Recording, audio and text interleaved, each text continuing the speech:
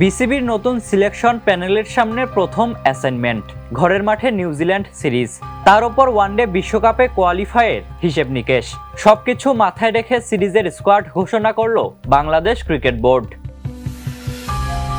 তবে নেই কোনো চমক, পাকিস্তানের বিপক্ষে সিরিজ জেতা দলটাই নামতে যাচ্ছে নিউজিল্যান্ডের বিপক্ষে। আরও একবার সুযোগ পাচ্ছেন প্রায় 1.5 বছর পর দলে ফেরা আফিফ হোসেন ধ্রুব।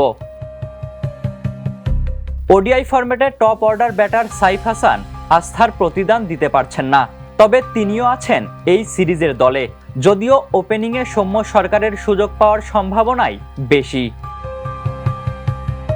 এক নজরে দেখে নেওয়া যাক কিউইদের বিপক্ষে প্রথম 2 ওয়ানডেতে টাইগারদের স্কোয়াড।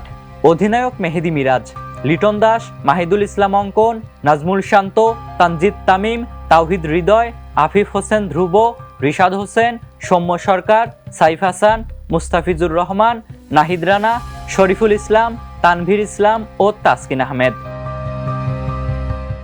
এই সিরিজের প্রথম ম্যাচ মাঠে গড়াবে আগামী 17 April. Ishtiaq Mahin, the news.